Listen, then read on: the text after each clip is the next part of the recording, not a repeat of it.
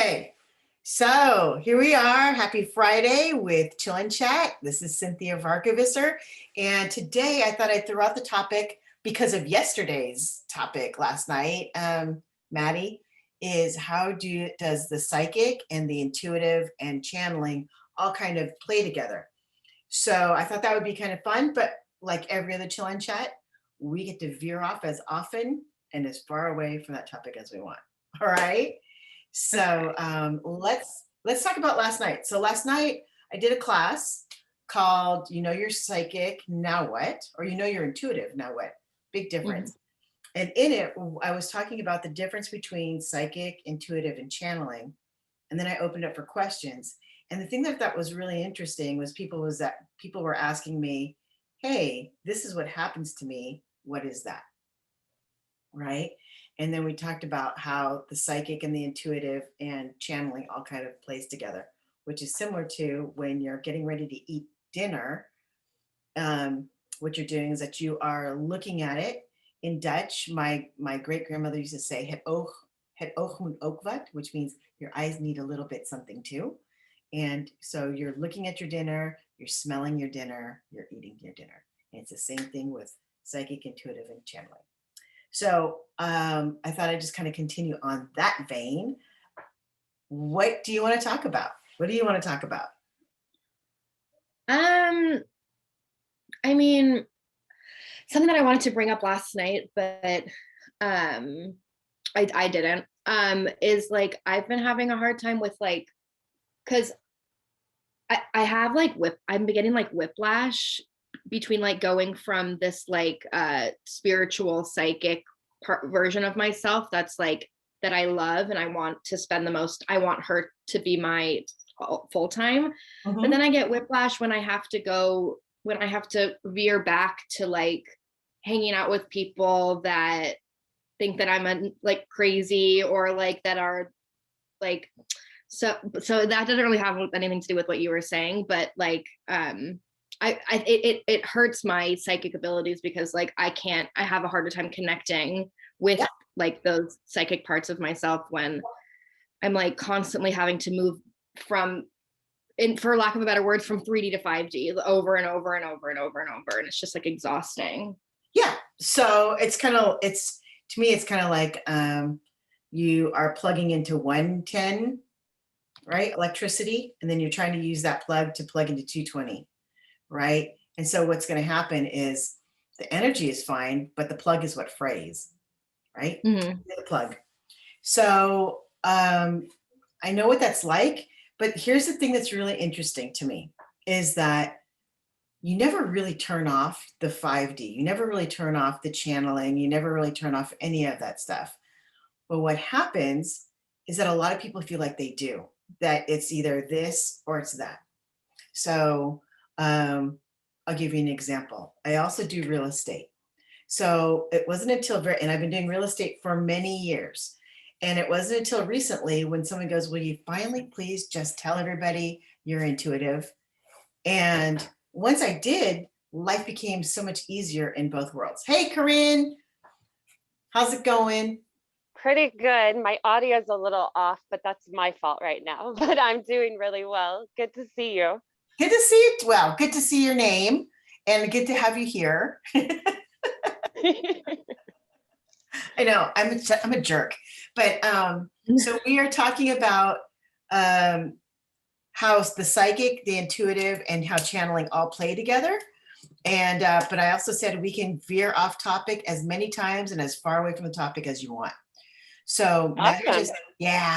I know it. I love these chill and chats. So Maddie just talked about how she loves being in her spiritual space and then has a hard time going back to the worldly place and then snapping back into the spiritual place. So she's having energetic whiplash. And I'm going to actually use that as a topic, Ms. Maddie. I think that's great. Well, yeah, that was kind of brilliant. Energetic whiplash. What is that? So here's the thing, is that's really important to remember is that you bring all of you wherever you go. Okay. So you don't need to completely compartmentalize one from the other.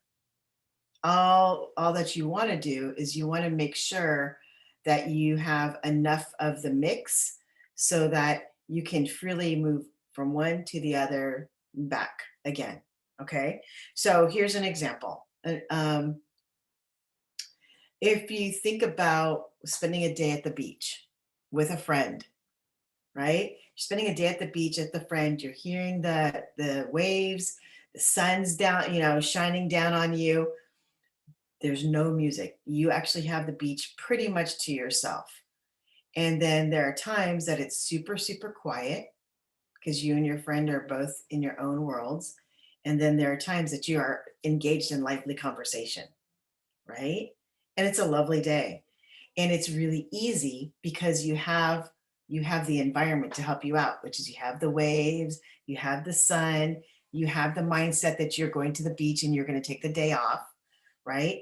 And that can happen for you every day, right? So what you need to do is that you not need, but what I would encourage you to do is figure out a way where you can have a day at the beach every day. Okay? Does that make sense?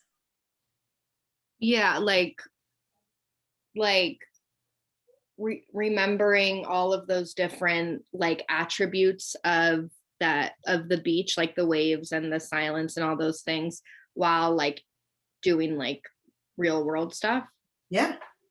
Yeah. I have stopped being just a realtor and now I'm an intuitive realtor, and whether I use that as a title or not.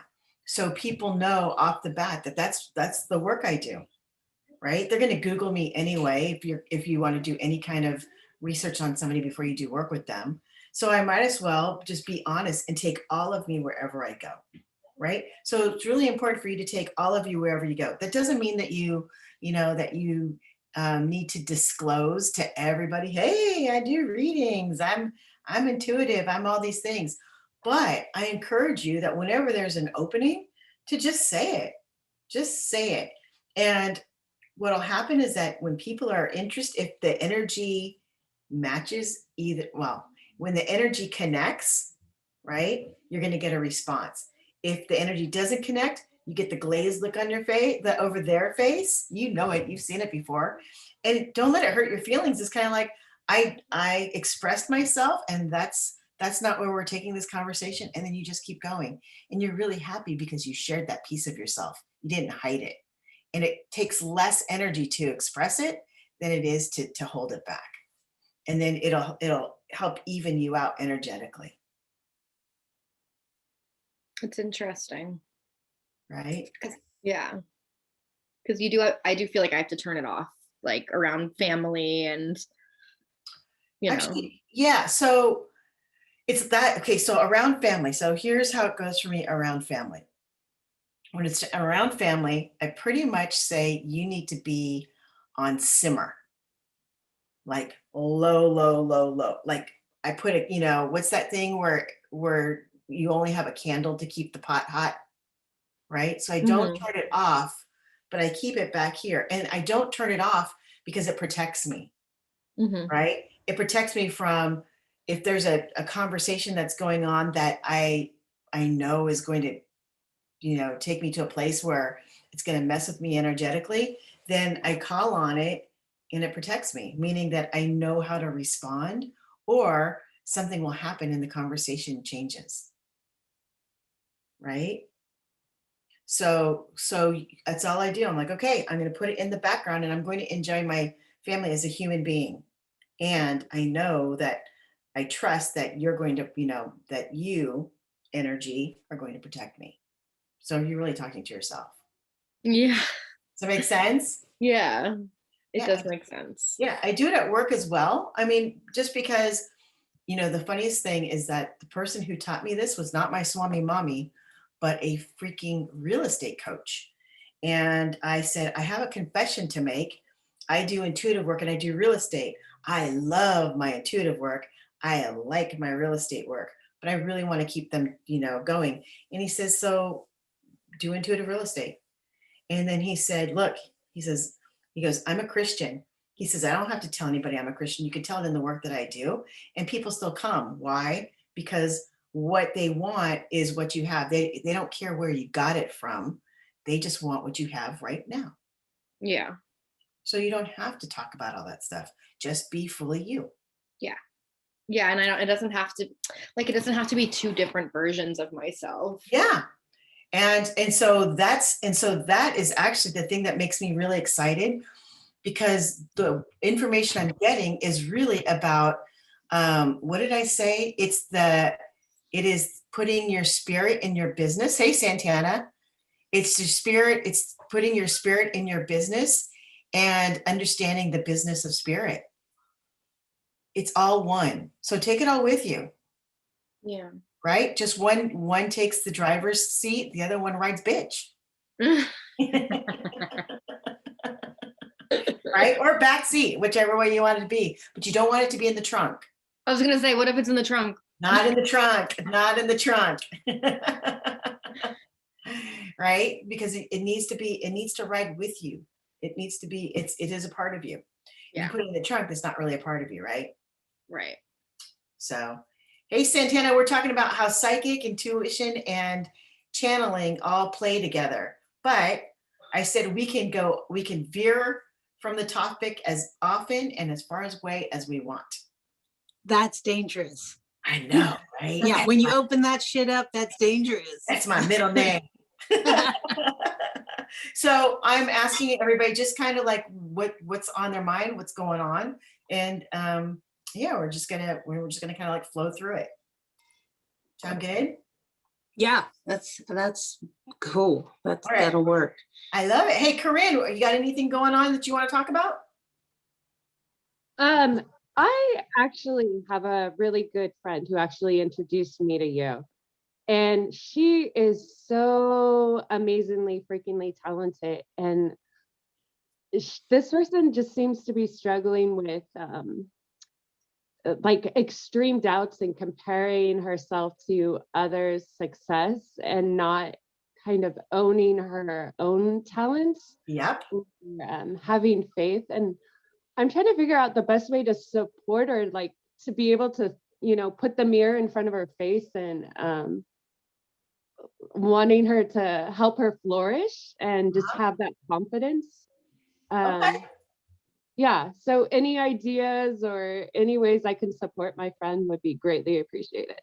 Yeah. So how are you flourishing, my friend? How are you flourishing? I've been struggling with some medical stuff, but I feel like I'm turning a corner right now really quickly. Yes. And lots of things manifesting super, super, super quick. Yes. So I feel my perspective in my way. And so again, I want the people around me to flourish as well, like stay at that vibration. So here's the thing. God, it's that, this feels very business-like, but when they say, what was it? How does it go? A tide that rises raises all boats. Mm-hmm. Right? So for you, in your case, it's really important for you to focus on your success and then share your gratitude with those people that you want to have their success. Okay. So here's my example. I'm super grateful for you because I know that you, I know that you will come on a lot of these chill-in chats. Super grateful, right? And that you are here whenever you can be. So I'm grateful that I have your trust in me. Okay. Very much so. Yeah. See, thank you. And that makes me feel good. But it's really important for me to acknowledge you, because as I acknowledge you, you're starting to feel, you realize that you have lots of value to bring, and it's going to rise your boat. Right. And so it's all about that. So recognize your genius first, and then share your gratitude. And then you can go ahead and talk about their genius next. That makes complete sense. Okay. Yeah. I know how that feels. I have spent my most of my career being number two. Now, I always say that and then I laugh because it's symbolic, right? Being number two. So, and I would do whatever I could to stay right behind number one so I could be number one's number two. Is that crazy? Mhm. And I was never happy, because I was always comparing myself. And so finally I had to just say, you know what? I'm the shit for the people who need me to be the shit. Right? So your friend, which I cannot remember who it is, by the way. Oh, it's Anne Sabian. I haven't seen her in a while. I know. She's been doing some stuff with I introduced her to Jethro over in Alameda too, Yeah. and so she's been doing over there. Uh-huh. Yeah, but So you're- it's just it's like I see her, some of her friends succeeding, and like I think she just feels I don't know how to explain it. It's just like that she just completely doubts her Yeah. readings, all of this stuff.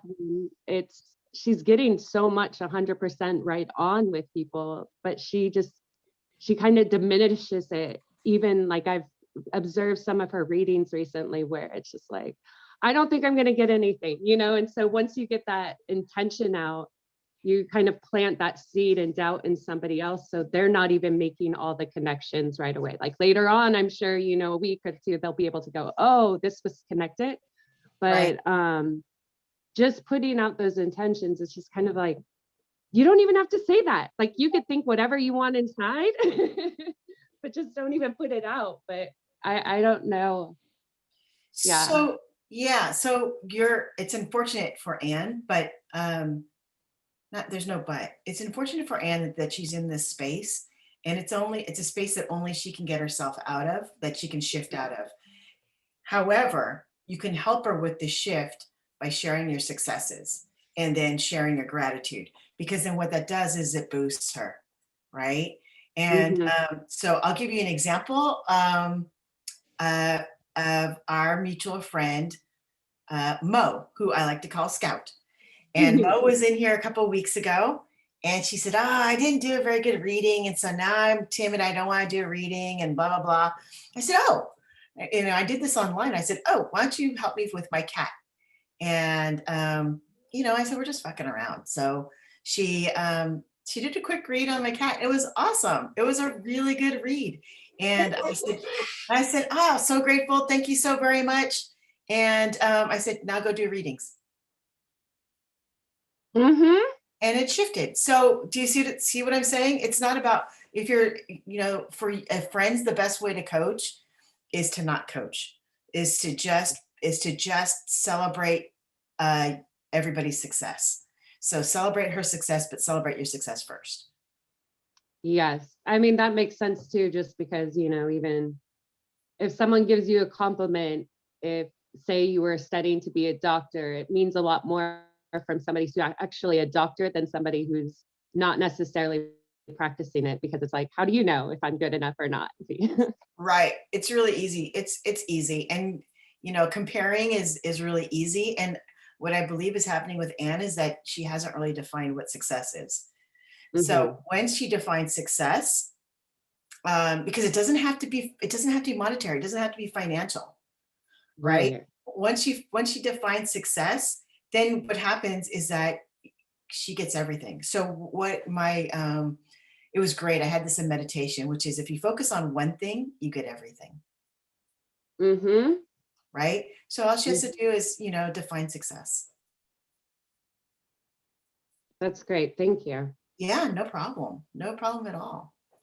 I was going to go off of that and say that it's hard to define success with this kind of stuff, when this kind of stuff is like not a part of like the widely accepted definition of success. Whereas like what we might see as successful is like having a really good reading, or like getting a bunch of intuitive questions right in a class, my, someone, most people would be like, you're wasting your time. You just guessed a bunch of questions. So it's like important also that we're not comparing to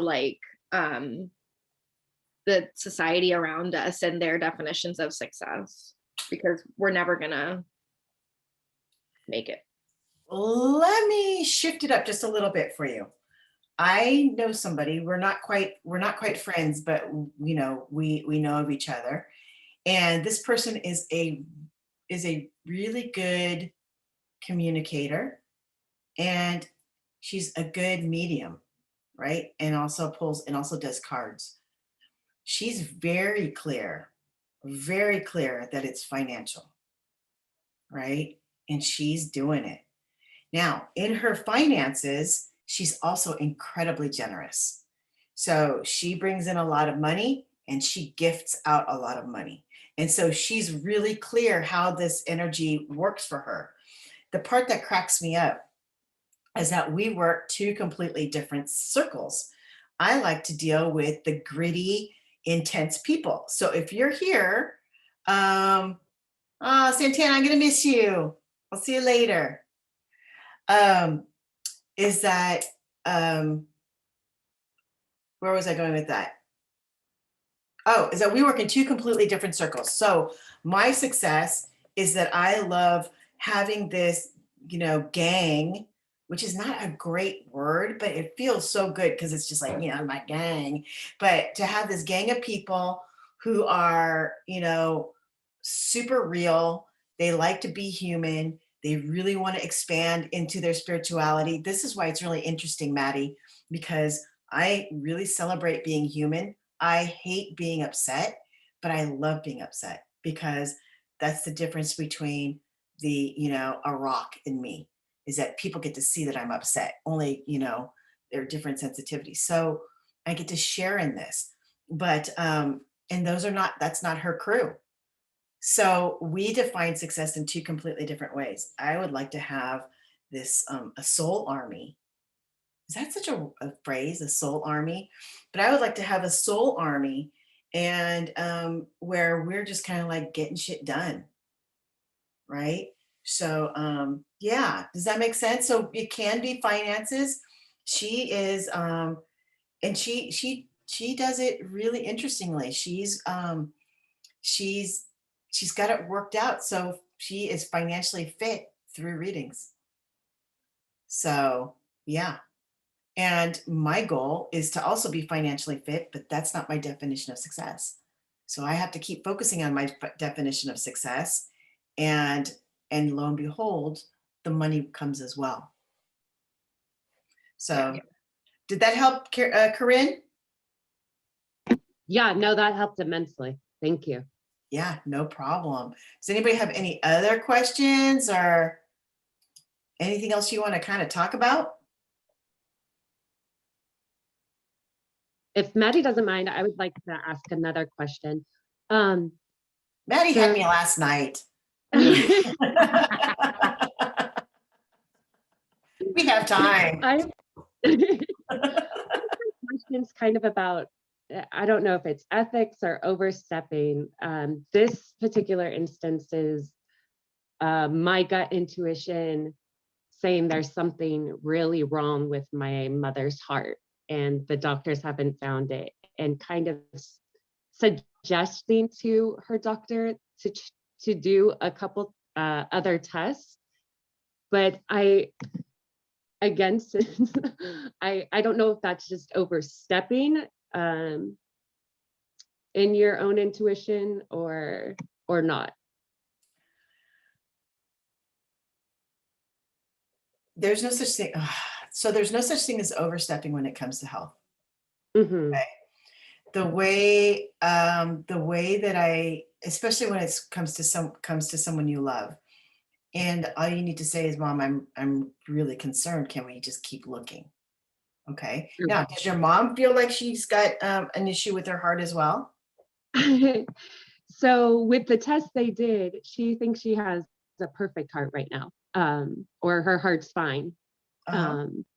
but, and she's just like, well, it's just a mystery that I have these other breathing problems or other issues. It's just kind of out of sight, out of mind. Uh-huh. Okay, so she's taking tests for stuff. She's still taking tests, but not considering her heart as part of it. Stopped doing the tests for her heart. They did like a blood test. They tried an EKG, but again, she was too out of breath, so they couldn't do that. They did a couple other things, but they didn't find anything. Yeah, so you're in a tough spot because at the end of the day, it's your mom's body and your Mhm, mom's boss of the body. mhm, This is a good time for you to say, hey, can you just do one more test and mhm, and tell her why mhm, and tell her that you love her. And if mhm, she says no, then it's really important to um, spiritually accept that, accept it on an energetic level because mhm. your mom has made the choice, Yes. right? Um, Mhm, there are people who know when other people are, going to pass. And I've never really asked about how they dealt with it in the past. But what they do is that they give their very best to the present.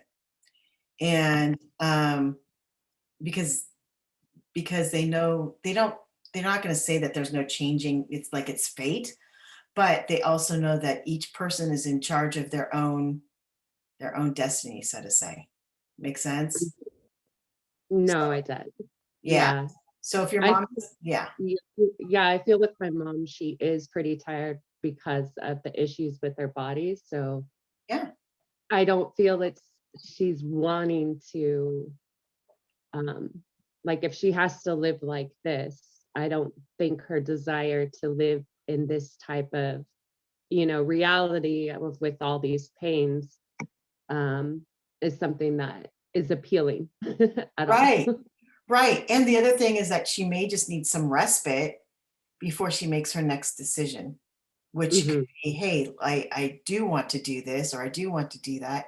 She's just not there right now. She feels like, just like what you said, she feels like she'd rather be in Disneyland right now and just enjoy, where she is before she has to think about it again. Does that make Hmm. sense? Yeah, It's very like, much so. having that toothache until you can't handle it and then you call the dentist. Been there. Yeah, it's just on it, your mom just happens to be on a bigger scale, right? Yes. So there's that. Um, you are turning a corner with your health. So I would recommend that you keep that energy focusing on you so that you will be so much stronger and then your message will come across much clearer to the people that you are concerned about. Does that make sense? Yeah. Yeah. Seems like the theme right now. Yeah. For my for myself. Yeah. For yourself for today, right? Mhm. Tomorrow could be something completely different. Mhm. Yeah. So does that help? Yes. Thank you. Okay. Yeah, you're absolutely welcome. You're absolutely welcome. Does anybody have any other questions?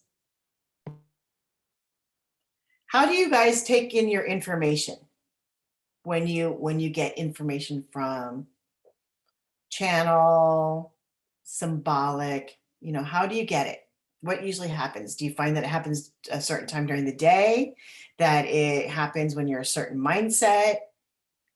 How does it happen for you? Um, for me, it happens when I'm in like a flow state, Mhm. like when I've just been like flowing with life, being here, like not taking shit too seriously, and it just like kind of falls into my hands. And when I'm like experiencing a lot of resistance or, then um everything is like really jumbled. But it's always when I'm like just not almost like being like half here. Right. Half here or being in two places. I like it that way instead, right? Yeah. Right. Yeah. So when you're in two places, it's kind of awesome. I know, cat. So now my cat's doing what your dog is doing, Matt. So yeah. So what about you, Corinne?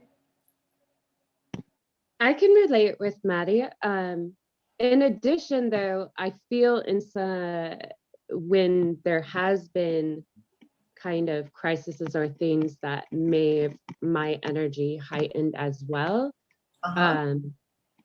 that I still can connect, and it's able to actually kind of balance out that energy so that I am still being able to listen or hear or feel the signs of what's the next step, Uh-huh. or just kind of like the most important thing to focus on then. Right. But I don't think I had identified a lot of in my past those signs during those crises or just heightened energy moments until pretty recently. Yeah, but I very feel much like Maddie. I'm not completely, I feel in two places. I still feel pretty integrated. The times that and even in my dreams, I feel really integrated. It's not a complete like, oh, I'm out of body or this isn't me. It's still me, or I'm still able to connect that way as well. That's awesome. That's really awesome. I love that. Yeah. Have you had, hey Dawn, we are talking about how psychic intuition and channeling play integrate with each other, but we're really talking about anything. So if you have a question, I'm happy to answer it. Are you ready? I don't know what just happened to her. Okay, so here's why I'm asking. I love hearing where you are and what you do. I'm actually curious to know not the times that it works for you, but what do you do when it doesn't work for you?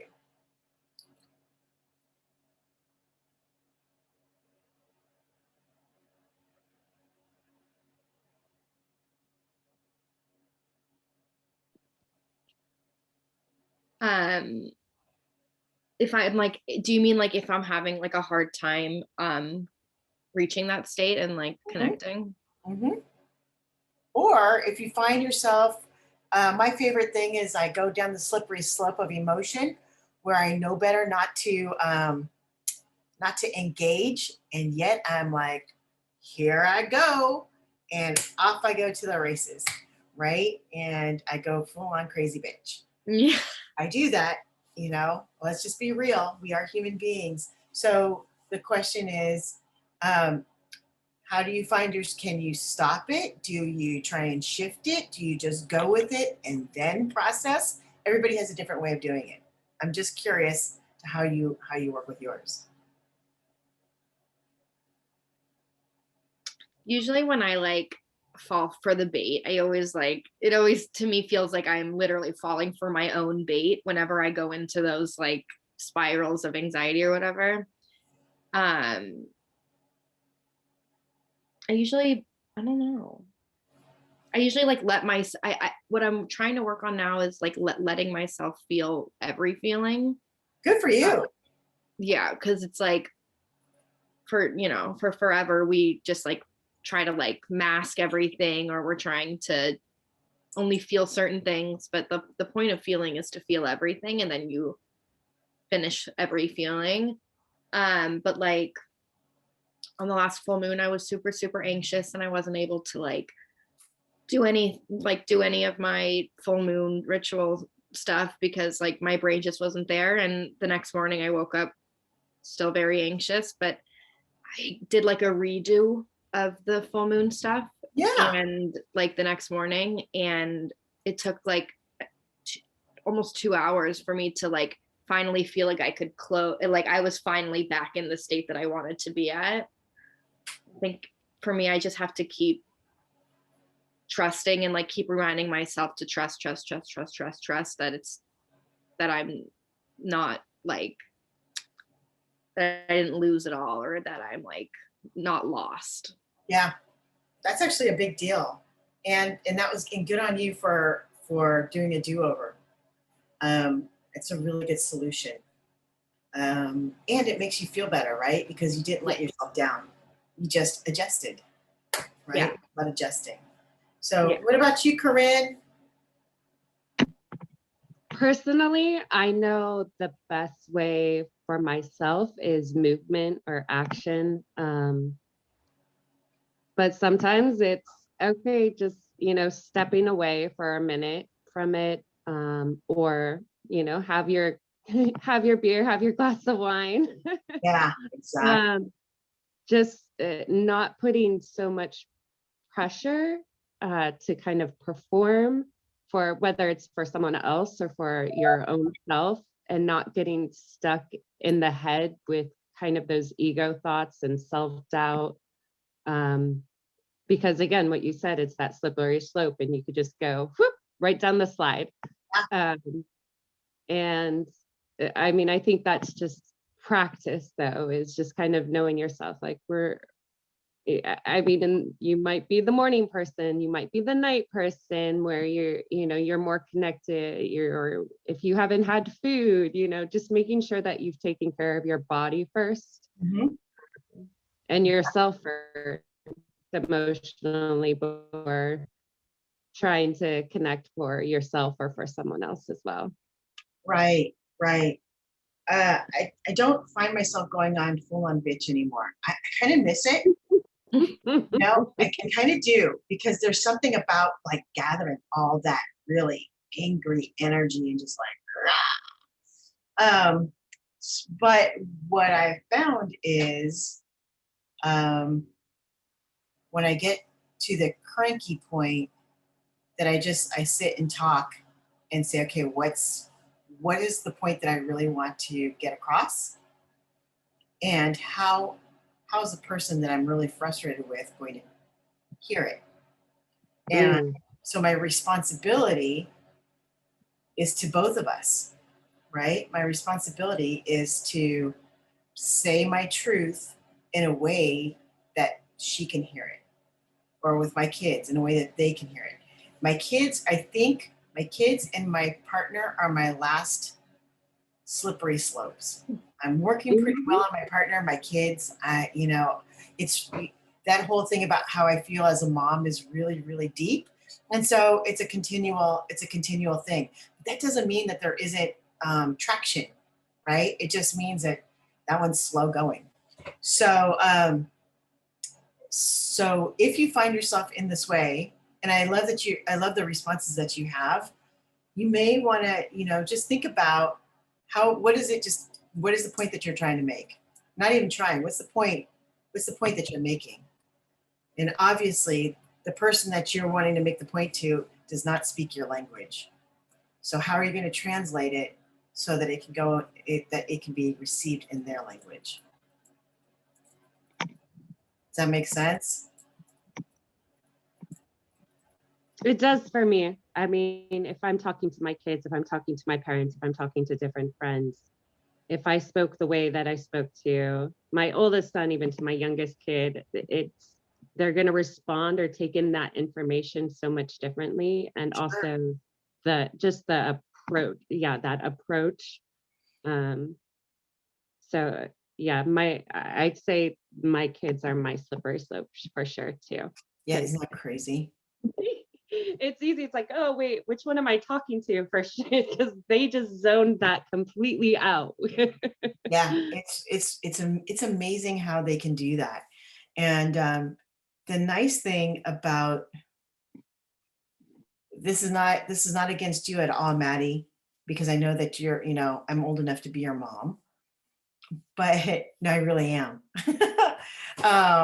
Is that the thing with experience is that it's when you have enough experience behind you, right? you can actually see all the signs on a, that in itself becomes intuition, right? Because you have enough experience that you're like, oh, I know I'm going there. But the thing that's also really important is that when you're younger, you actually have this amazing passion that can cut across different languages, right? The energy of passion hits someone in their passion, and then they can hear, right? So, because there's a connection, or there's a complete disconnect and they turn away, but that's okay because you know that it's not a match and it wouldn't have been a little love fest, passionate conversation anyway. What's interesting to me is as we get older, the passion gets tempered and then the analytics come on in. And so my goal is for people to go back to their passion so they don't have to always think about what the other person's thinking. Not, not what they're thinking, but how are they going to receive the information? That your message is so clear that you don't have to worry about the language barrier. Make sense? Can you go into more detail with just kind of another example? Sure. Okay, I'll actually use last night as an example, and Maddie was there. So now she can kind of help add to the story if you need clarity. So there are a few people in this world who stay in their passion, and when they're in their passion, their message is really clear, right? Even if the passion is, I want to make widgets. I want to make the best widgets in the whole wide world. I want to make the best widgets that's going to help little babies because I love babies, right? So because that's their passion. What I find is that as we get older, for whatever reason, that our passions temper. It's almost like we have to refine our purpose. I have a theory. So I'll talk about the theory later. So last night I'm talking about a class. I'm talking about the difference between psychic and intuitive and channeling. And I'm breaking it all out. And someone actually asked me a question that was not related to, it was related to the conversation, but it wasn't what I had in mind. So I'm talking about this, and what I have in mind is to talk about all the things that the bookstore that I'm representing has to offer, and the class in particular, and the upcoming classes. But she talked about a different set of classes, which I'm holding on my own. And so we had that talk after I was done with the talk about channeling. And were you there, Maddie? Did you stay after that to talk about the Intuitive Edge series? I think I heard a little bit of it. Yeah. So then what happened was then I became passionate about what was really important about communication and where our responsibility is in the communication, and how we are human beings trying to have a spiritual connection. And in this spiritual connection, it's really important for us to have our message across, but sometimes the other person is not ready to receive it. So it's our responsibility to make sure that they understand and receive it in their language. However, I was so passionate about what what is important to me, which is this Intuitive Edge series, that it didn't matter. People still listened. Does that make sense, Corinne? Yes. Yes. So it was the energy that they were listening to. So sometimes we don't have the energy across. So then it's really important to use the energy of words and the way that it's presented in order for the conversation to shift.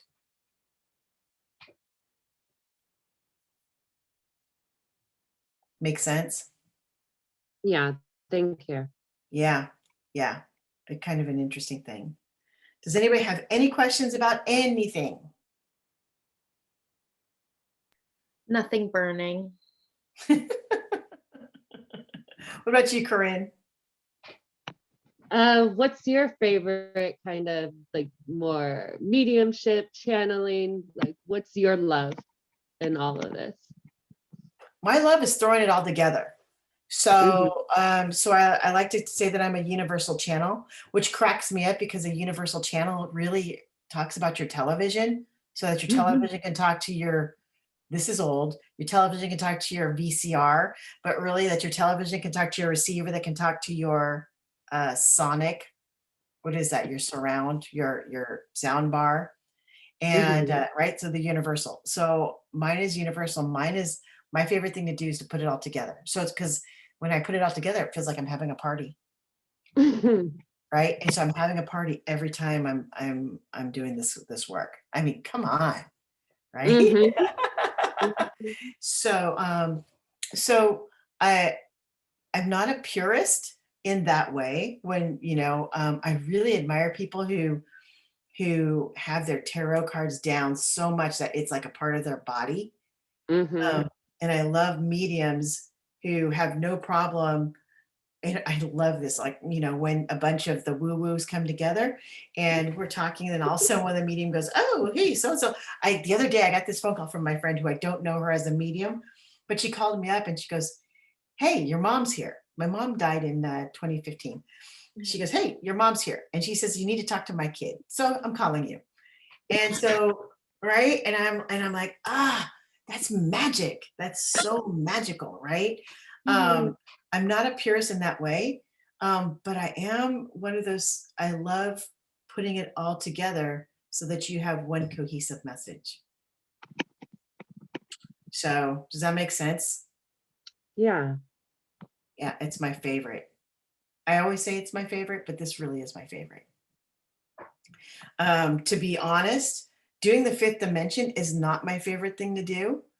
Mhm. I like doing it because it's a great thing, and to access information and to have a conversation with Enduro and Enduro while my mouth is talking about something else kind of freaks me out to this day in a really good way. But it's not my favorite because um, it doesn't include the humanness, right? Hmm. Mhm. Doesn't include the humanness. So I love it and I'm grateful for it, but it's not my favorite thing. Do you feel in those sessions that it's easier for people just to keep asking questions than taking that information during those types of sessions versus if you were doing that individualized reading with somebody one-on-one? No, I believe that everybody takes in information in different ways and at Right. different times, right? Mhm. So there's something for everybody, but not there's nobody that is for everybody, right? So the fact that I get to do work with Enduro and Endura kind of is awesome to me because I get to actually deal with two audiences, right? People who want straight up shit, no bull, straight up poop, right? It's not straight up poop, straight up truth, no poop, right? Golden So poop. I give you the straight poop. So I love that. I also love that it's so matter of fact that sometimes I'm like, wow, I would never have said that, right? Mm. And so I love that.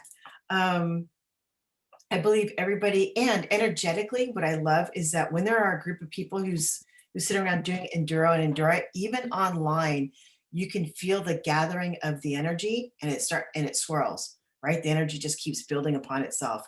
So those are all the things I love, and those are all benefits. I just don't I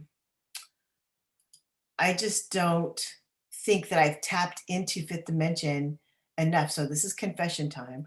I don't feel like I've tapped into fifth dimension enough to really utilize it so that everybody gets full benefits. Hmm. So I believe there's something more in there is what I'm saying. Kind of So interesting. just off the hand, would a nightmare for you be like if you were in one of those kind of stadiums where people were just shooting off questions, like you had an earpiece and you were kind of firing back, would that be something that you would never want to do? Oh no, I'd totally be open for it. Are you kidding me? I love being on stage. Even if I failed horribly, I'm like, ta-da! Right? Yeah, even if you're not feeling like or feeling that you could be going deeper with this dimension, you would still be okay in that type of audience.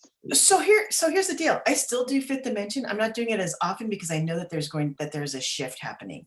And Mhm. so I am doing it. So if I were to go to a stadium today and to provide that service, I would love it. Would I feel like that was my ultimate best? The answer is no, just because I know that I have not made time. So it's not about that I didn't do my best, that I have not made time to talk to Enduro and Endura to see what the next piece is and when I'm ready for it. That's the thing. So I'm providing the best service I can, but I also know there's more out there. Yeah.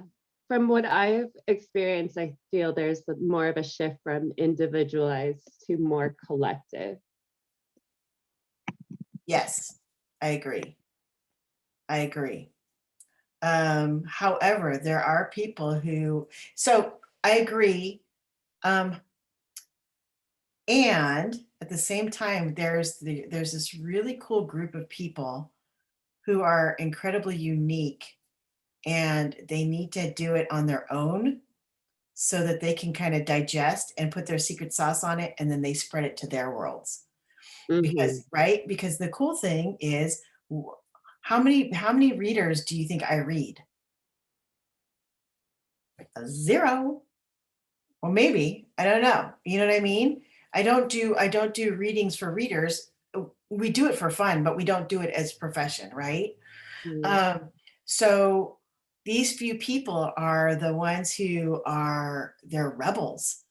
I think the word that people are using right now is disruptors, but they think differently. They are really passionate about what they do and they don't care that they're doing it differently. And they are the ones that benefit from one-on-one. Does that make sense? Yes. So even then, there's something for everybody.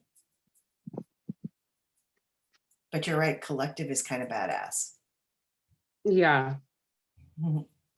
I'm struggling, like not struggling, but like it's frustrating for me when I do see people who are like people who my loved ones who are so insistent on maintaining that their problems, and I don't mean this in like a way that it's like diminishing, that they're like, my problems are unique to me and no one else can help me with any of my problems, and like everyone is like me against the world, and it's like, how I don't know like how we're supposed to heal as a collective if we're constantly like insisting that our problems are so like unique, when like we're kind like they are unique, but we all are like victims of like the same oppressors, and we're all just reacting to the same shit. We're all like very, I don't know, I just like the collective healing is like I think like the only way out, and the insistence on individualism is like so hard for me to deal with. I hear you. So, and it's kind of interesting because um, I believe that we all need to be there, right? We all need to be there, meaning that we are all so unique. I mean, I'll give you an example. There was one time that my whole family was hanging out, and everybody I talked to, they're like, yeah, I was the black sheep of the family. Yeah, I was the black sheep. And I started Right, cracking yeah, up. we I was all like, are, and I'm are like, we all, yeah, we're all yeah. like the black. So I'm going to go look for the white sheep now. You know what I mean? So, um, but I believe that we have to be there so that we can kind of figure out how we are unique and then move it along. When we find out that our problems are not unique, it's kind of interesting, because then guess what, we have to look at how unique we are on the good side instead of how unique we are on the victim side. See what I'm saying? So right idea, bumpier path, Yeah. right? I'm unique. Well, yeah, I'm unique. I don't know anybody who does readings like me, but Maddie, I don't know anybody who does readings like you.